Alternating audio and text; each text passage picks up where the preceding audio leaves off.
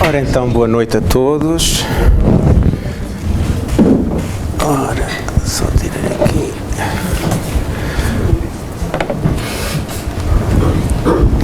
Ora então, Jesus de Nazaré. É um tema que, na altura, quando decidi abordar este tema, não sabia na confusão que me estava a meter, no sentido que foi muito desafiante fazer esta palestra. Isto porque, seja quem for trabalhar este tema, há infinitos caminhos, infinitas formas de abordar este tema. Temos várias dimensões, poderíamos falar de inúmeras. Pronto, eu tentei direcionar a palestra para dúvidas que eu teria ou questões que eu faria e tentar pesquisar acerca disso.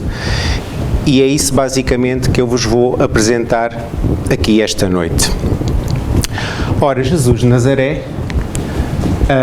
deixou-nos esta mensagem simples, ou seja, simples em termos de dimensão, podia ser um texto enorme, mas não. Amar a Deus acima de tudo e ao próximo como a si mesmo.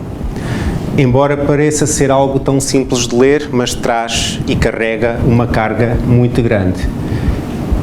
E, passados estes anos todos da sua presença física na Terra, já lá vão 2000 e tal anos, que ele deixou-nos esta mensagem, hoje ainda não aprendemos a fazer isto.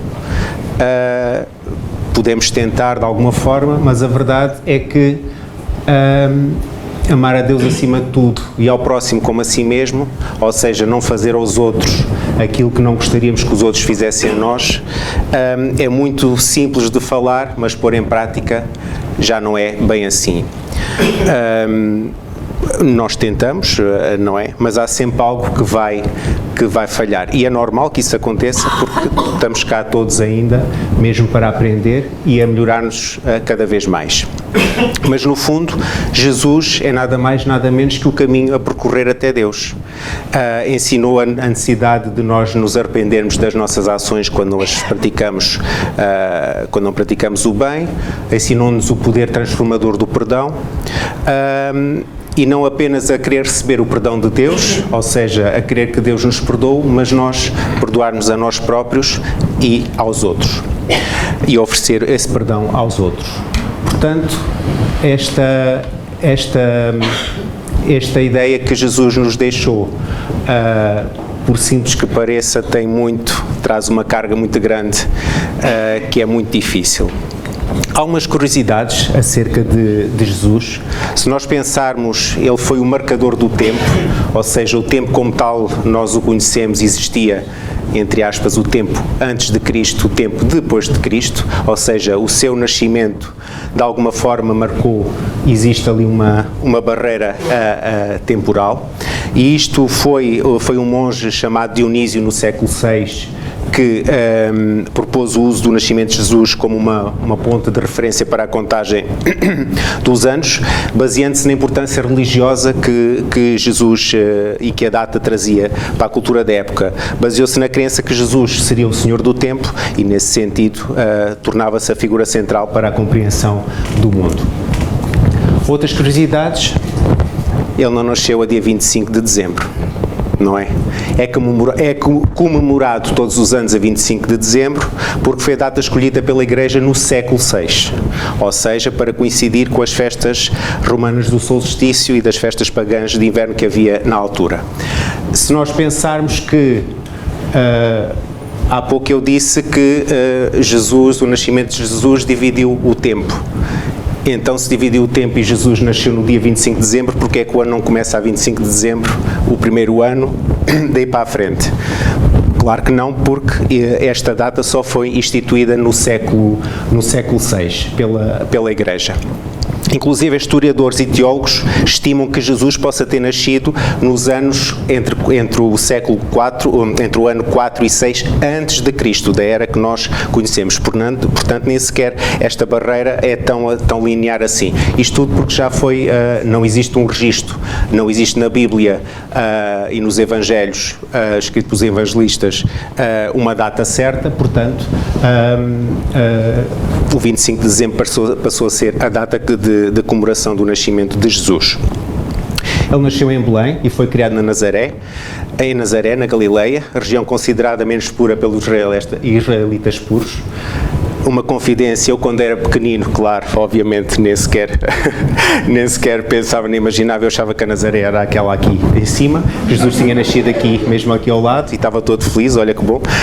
Jesus nasceu na Nazaré, só mais tarde que entendi que a Nazaré não era aqui tão perto. Mas pronto, coisas de criança.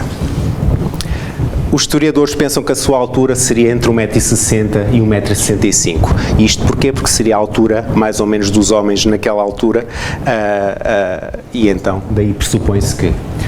O nome de Jesus é uma forma abreviada de Josué, que era um nome muito comum na época. Provavelmente ele tinha um trabalho braçal como carpinteiro ou pedreiro, um camponês que vivia de maneira simples e sem qualquer riqueza, e... por muito que nós não pensemos, ele também sentia fome, também sentia frio, medo e até provavelmente raiva, porque ele era nada mais, nada menos que um homem com um corpo de carne igual aos outros todos. As evidências sugerem que Jesus não era filho único e que seus irmãos, que são mencionados nos Evangelhos, podem ter sido filhos de sua família ou até parentes, tal como Tiago e Judas. A data da sua morte pressupõe-se que tenha sido, há duas datas que que são discutíveis, 7 de Abril de 30 depois de Cristo ou 3 de Abril do ano 33 depois de Cristo.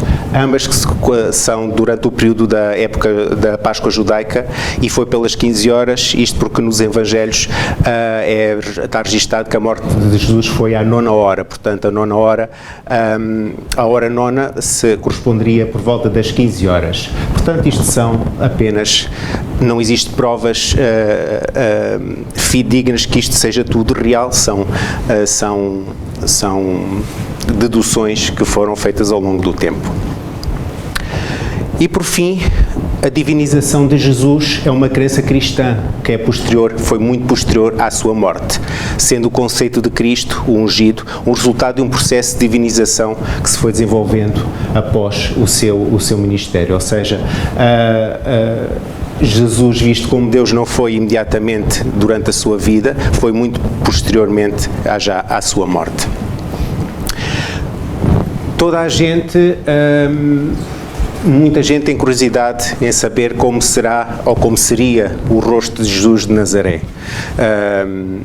Obviamente não existe uma descrição que diga que foi de tal forma, até porque dependendo da cultura onde se insere, dependendo do tempo, das zonas do globo, Jesus foi desenhado pelos artistas com inúmeros rostos. Este é o rosto que existe mais a nível da Europa, mais europeu, em que a pele é mais clara, e é aquele que está mais a nível da Europa, norte da América, etc. Porque os artistas acabavam por pintar de acordo com as descrições que havia, mas sempre tendo por base o contexto onde ele se inseria. Contudo, os historiadores afirmam que provavelmente ele seria muito mais moreno, a pele seria muito mais escura e os cabelos e a barba também muito mais escuros. Esta imagem já tem a ver mais com a parte científica. A ciência tem tentado de alguma forma demonstrar como seria eventualmente o rosto de Jesus, e esta é aquela que está feita que foi feita mais aproximada. Depois temos aqui o Príncipe da Paz, que foi pintado por Akiane Kramaric. A Kian Kramaric era dos Estados Unidos, era e é dos Estados Unidos, os seus pais eram ateus e ela afirmava que Deus lhe tinha dado a missão de compartilhar através da sua arte, a mensagem de Deus através da sua arte.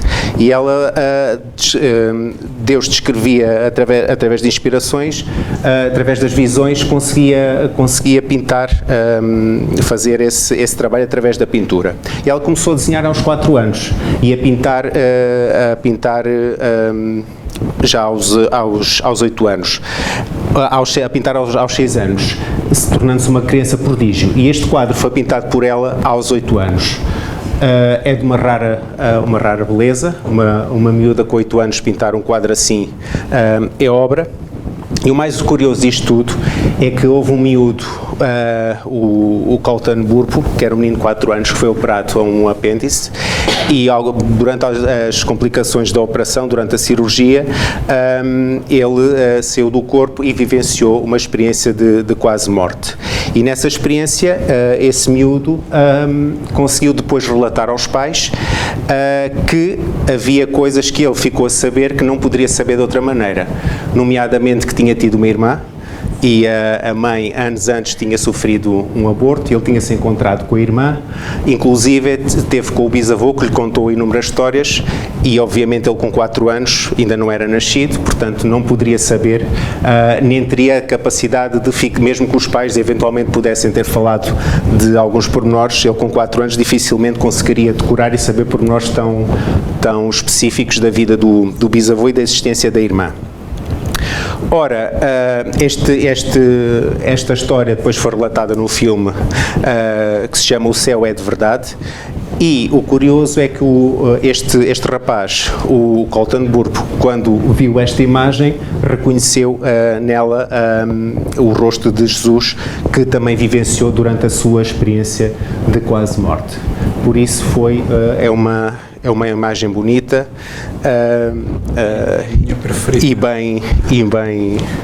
e foi muito bem pintado. Ora, todos nós, lá em casa, de certeza, os nossos pais, ou as nossas avós, ou até bisavós, era muito usual ter uma imagem de Jesus. Na minha casa era esta. Pronto, foi com esta imagem de Jesus que eu convivi toda a vida, sempre lá no quarto da minha mãe, de hoje está lá.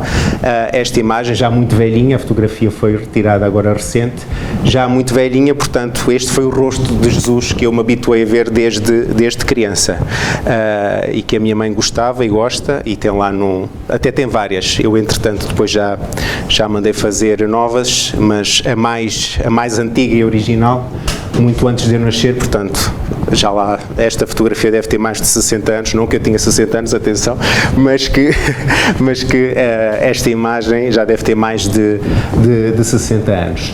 E este foi o rosto de Jesus que eu toda a vida convivi e construí a imagem. Também Francisco Cândido Xavier, há uma história que ele conta que ele tinha o hábito de recortar, sempre que via o rosto de Jesus nas revistas e nos jornais, cortava e colecionava essas imagens. E sempre teve a curiosidade e perguntava aos espíritos amigos e aos espíritos superiores que gostava de ver o rosto de Jesus, de conhecer como é que era o rosto de Jesus. No fundo, todos nós quase que mencionamos isso, mas Francisco Cândido Xavier perguntava muitas vezes. E os espíritos superiores e os espíritos amigos respondiam sempre: Chico, para veres o rosto de Jesus, tens que os observar nas pessoas que sofrem, nas crianças que estão doentes, nas pessoas que precisam de cuidados. Aí vais observar sempre o rosto de Jesus. E o Chico ficou sempre com essa ideia. Um dia, o pai de Chico Xavier perguntou-lhe: ó filho, como é que será que Jesus é chamado no céu? E o Chico Xavier respondeu: ó pai, certeza que deve ser chamado de alegria. Porque se eu aqui na Terra vejo o rosto de Jesus nas pessoas que sofrem, quando as pessoas chegam lá em cima só pode ser muita alegria. E assim Francisco Xavier acabou por contar essa história e efetivamente tinha sempre o hábito de recortar e guardar os rostos de Jesus que apareciam nas revistas e nos jornais.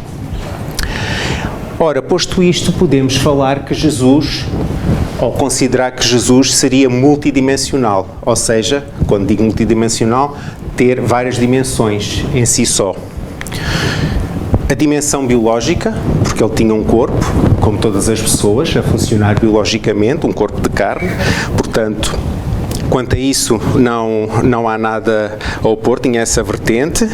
A dimensão psicológica, não é? Se nós pensarmos tudo o que ele nos ensinou e tudo o que os ensinamentos que ele nos deixou, e se nós usarmos para a dimensão psicológica de apoio, de entendimento, apaziguador, portanto, toda essa dimensão psicológica está contida em Jesus. A dimensão social, a forma como viver, o não fazer mal aos outros, o não prejudicar, o viver em sociedade, saber viver em sociedade.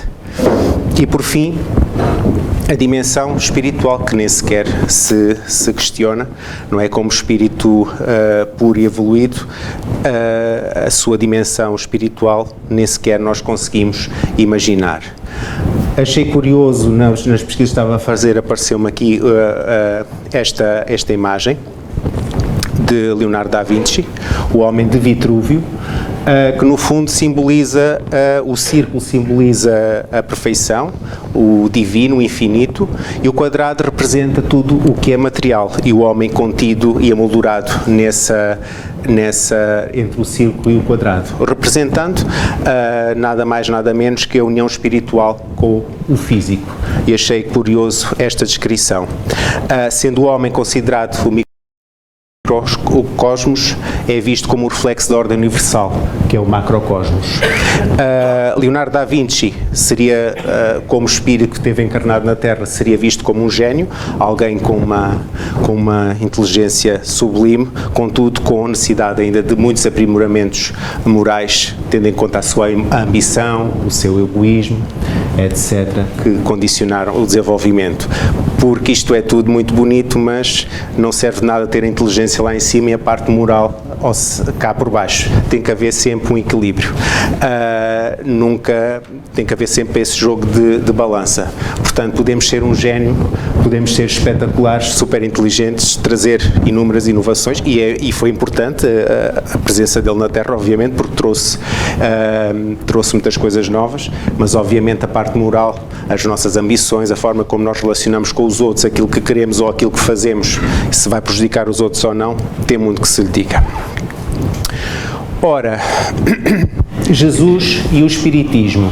Será que faz sentido falarmos de Espiritismo sem falar em Jesus? Ora, os ensinamentos de Jesus são a expressão daquilo que é a lei de Deus, não é?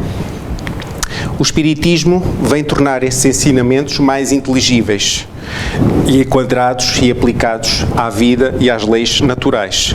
Ou seja, se os ensinamentos de Jesus, na altura que ele os transmitiu, com todas as parábolas, com segundas interpretações, tudo o que ele transmitiu à época, o Espiritismo vem clarificar essas ideias, vem no fundo adequá-las e mostrar que realmente não passa de nada de extraordinário, de nada de milagroso, simplesmente enquadram-se e são aplicáveis à vida e às leis naturais.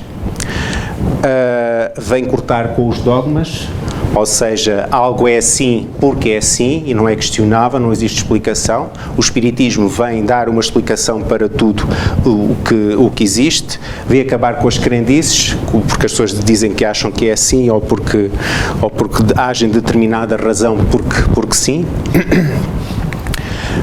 E vem introduzir aquilo que é a fé raciocinada, ou seja, a fé que questiona. Lá está, quebrar com os dogmas e questionar porque é que as coisas são assim e tentar obter uma resposta para a existência das coisas. Portanto, a doutrina espírita sem Jesus perderia todo o seu valor e desfaria-se nas brumas do tempo, esquecendo a sua fonte sustentadora de vida, ou seja, Jesus é a vida no Espiritismo. Para não falar de o Espiritismo ser considerada a terceira revelação, ou seja, o Consolador que Jesus prometeu e que viria então clarificar e e desmistificar os ensinamentos de Jesus, sendo que a segunda revelação é a vinda de Jesus e a primeira revelação é a lei mosaica, em que passamos a acreditar apenas num só Deus e através dos 10 mandamentos que vem introduzir a justiça divina. Este foi o diapositivo que me fez mais confusão a fazer. Porque eu questionava, nós ouvimos falar muito na doutrina espírita e no espiritismo em Jesus de Nazaré. Jesus de Nazaré, ok. E muitas vezes não falamos no Cristo, no Jesus Cristo. Ou, de certa forma, a cruz em si, a crucificação em si, a morte de Jesus não é algo que seja muito abordado. Eu tinha essa dificuldade de compreensão, de saber porque é que isso acontecia. E mais ou menos acho que descobri, pelo menos naquilo que pesquisei e tentei perceber, a ideia basicamente, peço desculpa, voltei para trás, a ideia basicamente é que no espiritismo não se considera que Jesus seja Deus, ou seja, não é Deus encarnado, certo? Portanto, não o podemos ver como uma divindade. A Igreja Católica defende que existe a Santa Trindade. Deus, Jesus, o Pai, Filho e Espírito Santo. E que os três formam um só. No Espiritismo vê-se de outra maneira, que já vamos ver mais à frente. Portanto, quando nós falamos em Jesus Cristo, estamos-lhe a dar o nome. Cristo, Jesus Cristo, o nome. Quanto muito seria correto dizer Jesus, o Cristo, certo? Não Jesus Cristo. Ou dizer Jesus Cristo, podíamos estar a dizer como se fosse outro nome qualquer. E ao estar a dizer também Jesus, o Cristo, temos a enfatizar alguém que é diferente de todos os outros, certo? E como não consideramos que Jesus seja um Deus, não é Deus encarnado, não fará sentido ir por esse caminho. Não é o Salvador em si mesmo, ou seja, Jesus em si não é o Salvador, é os seus ensinamentos e as ideias e a forma de viver que Ele nos veio ensinar e nos veio trazer que nos poderá salvar. E essa salvação só depende de cada um de nós, ou seja, ninguém vai fazer um sacrifício por nós. Se não formos nós a melhorar-nos, a fazermos a reforma íntima, queremos ser um bocadinho melhores, ninguém vai fazer isso por nós. Ou seja, a ideia é que Jesus se sacrificou para nos salvar a todos nós não faz sentido, porque esse é um trabalho individual de cada um de nós. Ninguém se vai sacrificar por o outro. A crucificação de Jesus não deve ser o foco, ou seja, o foco deve estar não no sacrifício, mas sim em viver e praticar os ensinamentos que Jesus nos trouxe, buscando a nossa reforma íntima e a nossa evolução pessoal. Portanto, isto para mim foi complicado no sentido que é aquela ideia que nós trazemos muito enraizada, que vem da nossa educação, que vem dos nossos pais, dos nossos avós, e isto é quebrar um bocadinho com tudo aquilo que nós aprendemos e com a nossa estrutura que nos foi incutida. E daí a dificuldade de chegar lá. Penso que foi mais ou menos isto que eu tentei entender. Claro que depois cada um fará a interpretação e chegará à conclusão que achar melhor. Esta foi a minha interpretação daquilo que estive a pesquisar e que li. Daí que a imagem que nós devemos ter de Jesus é sempre uma imagem de paz, de tranquilidade, de alegria, porque no fundo não é a pessoa em si o mais importante, mas a sua mensagem, a mensagem e a ideia que ela nos trouxe. E é essa que nós temos que usar e é esse o roteiro e o caminho que nós devemos ter a seguir, que devemos seguir para nos melhorarmos a nós próprios. Então, afinal, quem foi Jesus de Nazaré? Se Jesus não é um Deus, quem foi Jesus de Nazaré? Um espírito de alta evolução, modelo perfeito de conduta moral para a humanidade, ou seja, a forma como ele viveu, os ensinamentos que ele trouxe, foi uma conduta moral excelente e perfeita para a humanidade. Guia e governador do planeta Terra e do nosso sistema solar. É visto como o mais puro de todos os seres que já estiveram na Terra. E chama a atenção para o mais puro de todos os seres que já estiveram na Terra. Ou seja, quer com isto dizer que, não quer dizer, e é um conceito vago, que Jesus é o mais puro de todos os espíritos. Nós não sabemos que de todos os que já estiveram na Terra, ele sim, efetivamente, foi o mais puro que por cá passou. Mas não quer dizer que noutros planetas, noutros mundos, não possam existir ainda mais puros que ele, ok? Ele no fundo veio cumprir uma missão divina, trazer a revelação mais pura da lei de Deus e guiar a humanidade em sua jornada de evolução para atingir um estado de espírito puro. Isto para dizer que ainda há esperança, ou seja, estamos aqui perante futuro Jesus do mundo, certo?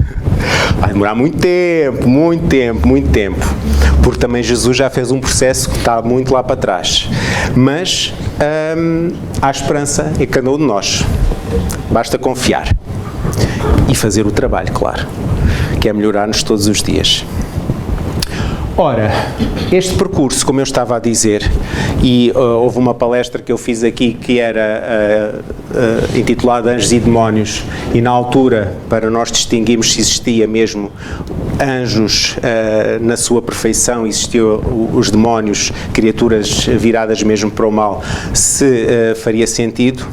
Isto para dizer que Jesus fez todo esse percurso, ou seja, Jesus não lhe foi dado nada de especial, certo?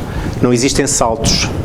A natureza, a evolução vai acontecendo de forma natural. Ninguém é premiado, ninguém é privilegiado.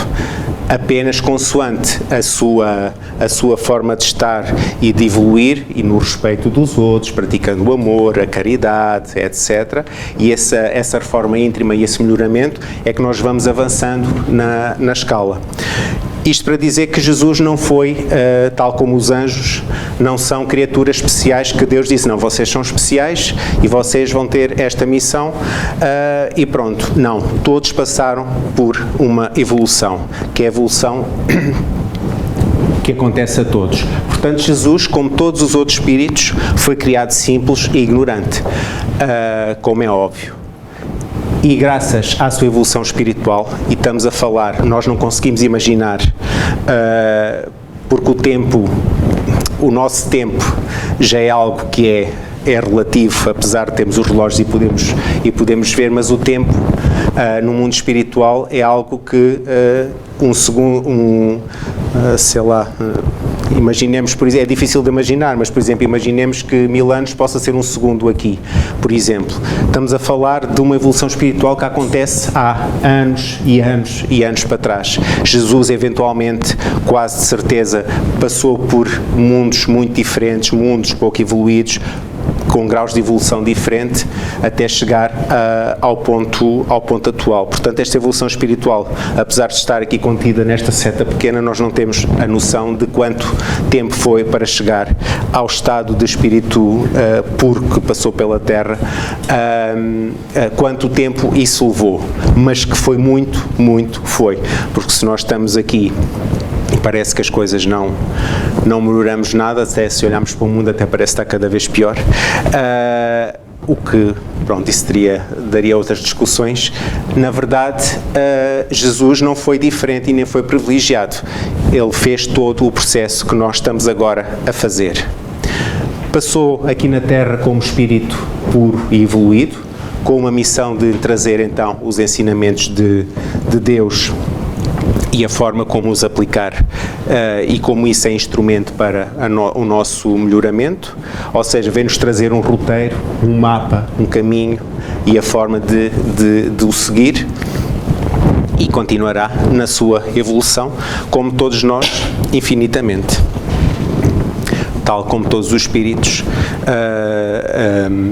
é imortal, teve um princípio, não terá um fim. Na codificação espírita, nos livros da codificação espírita, Jesus, obviamente que é mencionado em muitos pontos da codificação. Eu vou só aqui ressaltar os pontos essenciais. No livro dos Espíritos, na questão 625, Kardec questiona os espíritos: qual o tipo mais perfeito que Deus tem oferecido ao homem para lhe servir de guia e modelo? E a espiritualidade superior responde: Jesus. Assim, sem mais nem menos. Lá está, Jesus. Kardec faz então uma observação. Para o homem, Jesus constitui o tipo de perfeição moral, ou seja, o ser mais perfeito na sua moralidade, a que a humanidade pode aspirar na Terra. Deus nulo oferece como o mais perfeito modelo. E a doutrina que ensinou é a expressão mais pura da lei do Senhor, porque sendo Ele o mais puro de quantos tem aparecido na Terra. Portanto, Jesus é efetivamente, segundo o mundo espiritual, aquele que é o mais perfeito modelo e aquele que nos vem trazer os ensinamentos mais puros da lei do Senhor. No Evangelho segundo o Espiritismo, Jesus é um tema transversal em toda a obra, em todo este livro da codificação, essencialmente nos capítulos 9 sobre a fé, no capítulo 6 o Consolador Prometido e no capítulo 8, onde vêm as 12 instruções dos Espíritos. Esta obra, como todos nós sabemos, nos ensinamentos e evangelhos dos Atos dos Apóstolos e do Velho Testamento, explicando conceitos como a moral de Jesus, a fé, a caridade e a lei, a partir de uma perspectiva espírita. Ele concentra-se na moral dos ensinamentos de Jesus, oferecendo explicações mais profundas e filosóficas do que a simples narração dos fatos históricos. Ou seja, o Evangelho segundo o Espiritismo analisa as obras dos evangelistas, no fundo, trazendo uma mensagem, desmistificando, por outras palavras, aquilo que estava contido nesses ensinamentos. Na Gênese, outra das obras básicas da codificação, é no capítulo 15, Os Milagres do Evangelho, em que analisa os relatos evangélicos na ótica espírita, usando a explicação dos fenómenos psíquicos para os eventos tidos como milagrosos e a superioridade moral e espiritual de Jesus. Ou seja, no fundo, neste capítulo vai-se explicar como é que Jesus, na ótica espírita, usando a explicação dos fenómenos psíquicos para os eventos tidos como milagrosos, ou seja, aqueles milagres que Jesus operava estão aqui explicados como foram feitos. Também aborda o desaparecimento do corpo físico de Jesus e a sua natureza como um ser que possuía um corpo físico carnal, mas com grande domínio da matéria e da vida espiritual. Já nas obras póstumas, um livro editado já depois de Kardec ter desencarnado, é-nos apresentado o estudo sobre a natureza de Jesus. Não só, esta é uma das partes onde Jesus é mais mencionado. Analisa as palavras do próprio Jesus e dos Evangelhos para concluir que Jesus não era Deus, mas sim um enviado do Pai, um servo e trabalhador de Deus. Isto para desmistificar a ideia que Jesus, Deus e o Espírito Santo seriam a mesma entidade. Utiliza passagens bíblicas para argumentar que Jesus demonstrou uma relação de subordinação a Deus, não de igualdade, porque se fosse igual a Deus, Deus não seria a inteligência suprema nem a causa primária de todas as coisas, e que os títulos Filho de Deus e Filho do Homem indicam uma relação filial e não divina. Então podemos aqui distinguir entre Jesus, o homem, e Jesus, o Espírito. Enquanto o homem que viveu na Terra com os seus ensinamentos e exemplos continua sendo uma figura histórica importante e um mestre para a humanidade, ou seja, ainda hoje os cientistas, e vão continuar, a tentar saber mais sobre Jesus, perceber quem foi este homem que teve na Terra, como viveu, portanto, irá suscitar sempre a curiosidade e o estudo. Como espírito, é a figura central da doutrina espírita, a quem todos nós devemos seguir para alcançar a nossa própria evolução espiritual. Enquanto o homem tinha uma organização carnal, como a dos outros seres humanos, ou seja, não tinha um corpo diferente das outras pessoas, dos outros homens, mas era capaz de usar as suas qualidades para controlar o corpo e as suas necessidades. Enquanto espírito, a sua superioridade se devia à qualidade do seu espírito, que dominava a matéria, e o seu perispírito composto por fluidos superiores. Obviamente o seu perispírito seria muito diferente daquele que, embora para reencarnar aqui na Terra, teria que se adaptar, e já vamos ver isso. A sua missão, mostrar o caminho para a evolução e o progresso espiritual, ou seja, explicar a lei de Deus de forma simples e adaptada à época. Estamos a falar de uma sociedade que era muito rude, muito bruta, e no fundo Jesus vem trazer uma mensagem de amor, vem explicar pela primeira vez, não vem contradizer tudo o que se dizia para trás, mas veio mostrar um Deus que não punia, que não castigava, mas um Deus que era amor, veio trazer a mensagem de amor adaptada à época, o que não foi fácil. Ensinar o amor, a caridade e a unificação com Deus. Permitir o despertar moral da Terra para se tornar um mundo de regeneração, que ainda não estamos lá. Ora, no fundo, ele foi a segunda revelação, como nós já tínhamos visto atrás da primeira, segunda e terceira revelação. A preparação da sua encarnação, obviamente, exigiu uma longa preparação da espiritualidade, com o objetivo de que o seu perispírito e corpo humano pudessem ser adaptados para sustentar um espírito tão elevado. O momento certo foi quando a humanidade já tinha capacidade de assimilar os seus ensinamentos, num momento de transição para a unificação do Evangelho e o desenvolvimento moral da Terra. Ou seja, como tudo na vida, nada é por acaso, Jesus não veio nesta altura porque sim, veio no momento certo, porque a humanidade começava a estar preparada para receber e assimilar esses ensinamentos. O propósito da Terra, sua vinda representou um passo importante para a Terra, onde os espíritos podem evoluir através do esforço e da prática do bem, e no fundo ele é um guia para a evolução, como eu tenho vindo aqui repetidamente a dizer, porque ele ofereceu um roteiro seguro, o exemplo prático de como a humanidade pode evoluir, não só em inteligência, como em moralidade, o tal equilíbrio, praticando o amor ao próximo e a caridade. Todos nós já ouvimos falar desta máxima, fora da caridade não há salvação. Contudo, a caridade que Jesus nos apresenta não é a simples caridade, digamos, material. Ou seja, não é eu dar um bem material a uma pessoa que precisa. Sim, isso também é importante, não é isso que está em causa. Mas a caridade que Jesus nos fala vai muito para além do simples ato de dar algo. Aqui a caridade de Jesus pressupõe benevolência, ou seja, fazer e praticar o bem. Portanto, pressupõe indulgência, ou seja, não julgar os outros, não dizer que os outros fizeram mal, não apontar o dedo aos outros, quando muitas vezes nós nem sequer conseguimos apontar os nossos próprios erros, mas é muito fácil apontar os dos outros. E o perdão. Estas três dimensões caracterizam a caridade que Jesus nos veio mostrar. E o perdão é tão difícil perdoar aos outros. E temos que perceber que o perdão não é o perdoar aos outros para os outros apenas ficarem bem.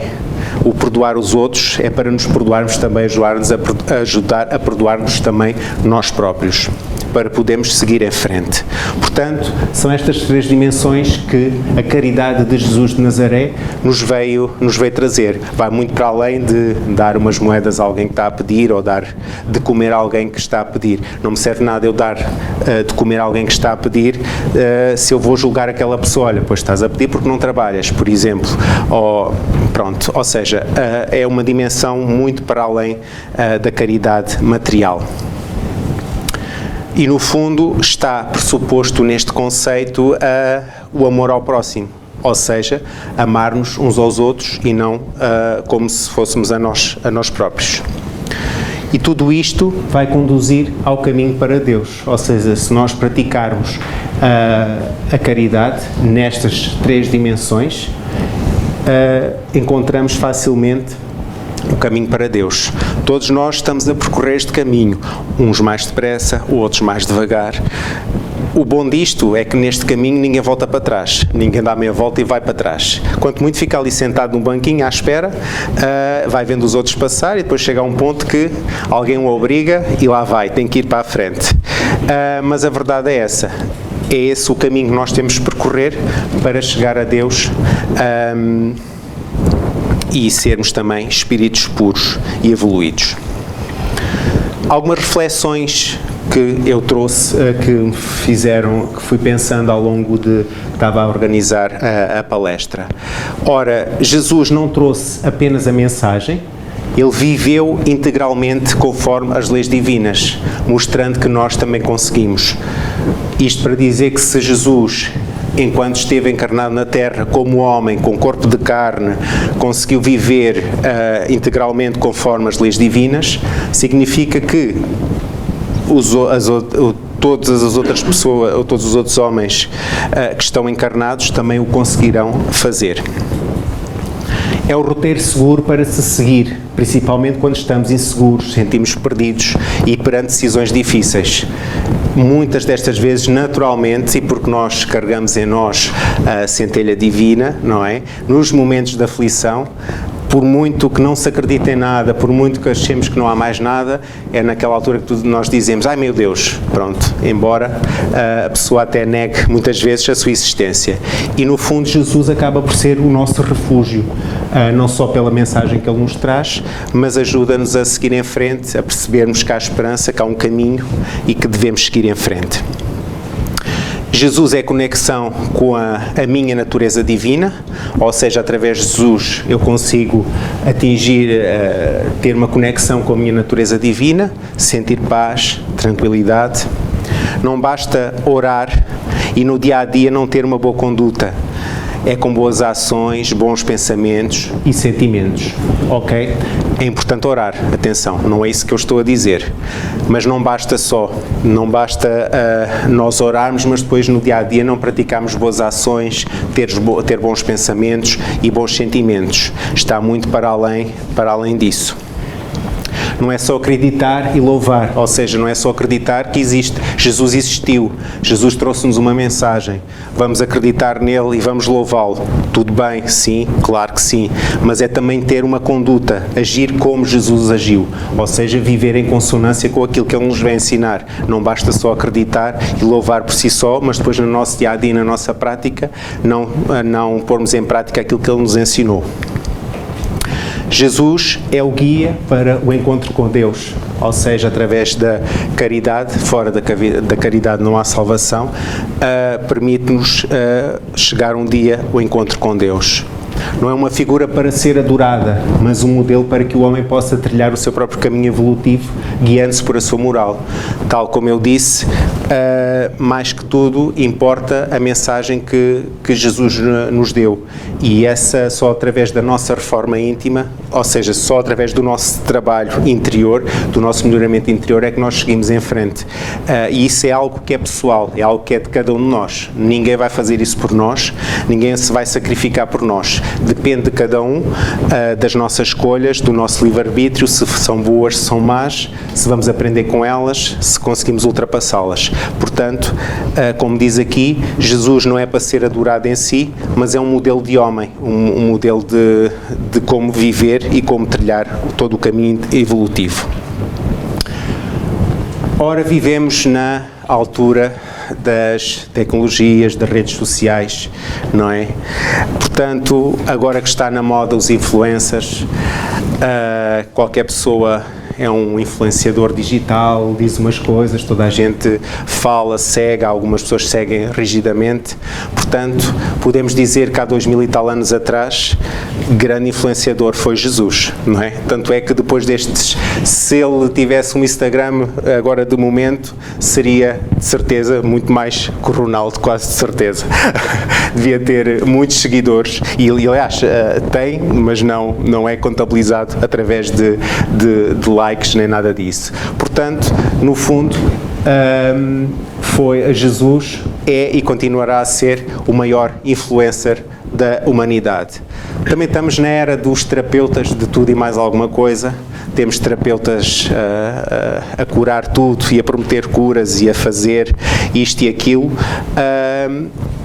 Quem foi o melhor terapeuta e continua a ser o melhor terapeuta da humanidade, com tudo aquilo que ele nos vem ensinar, tudo baseado no amor e no respeito pelo outro, sem querer que nós façamos aos outros aquilo que não gostaríamos que fizessem a nós próprios. Portanto, esta é a melhor terapia que nós devemos ter na nossa conduta e que nós devemos aprender e seguir. Portanto, aconselho a ir às consultas deste terapeuta, estudar o que ele vai ensinar, porque certamente vão ter bons resultados. E pronto, a bibliografia é essencialmente utilizada e pronto, muito obrigado pela vossa atenção. Obrigado.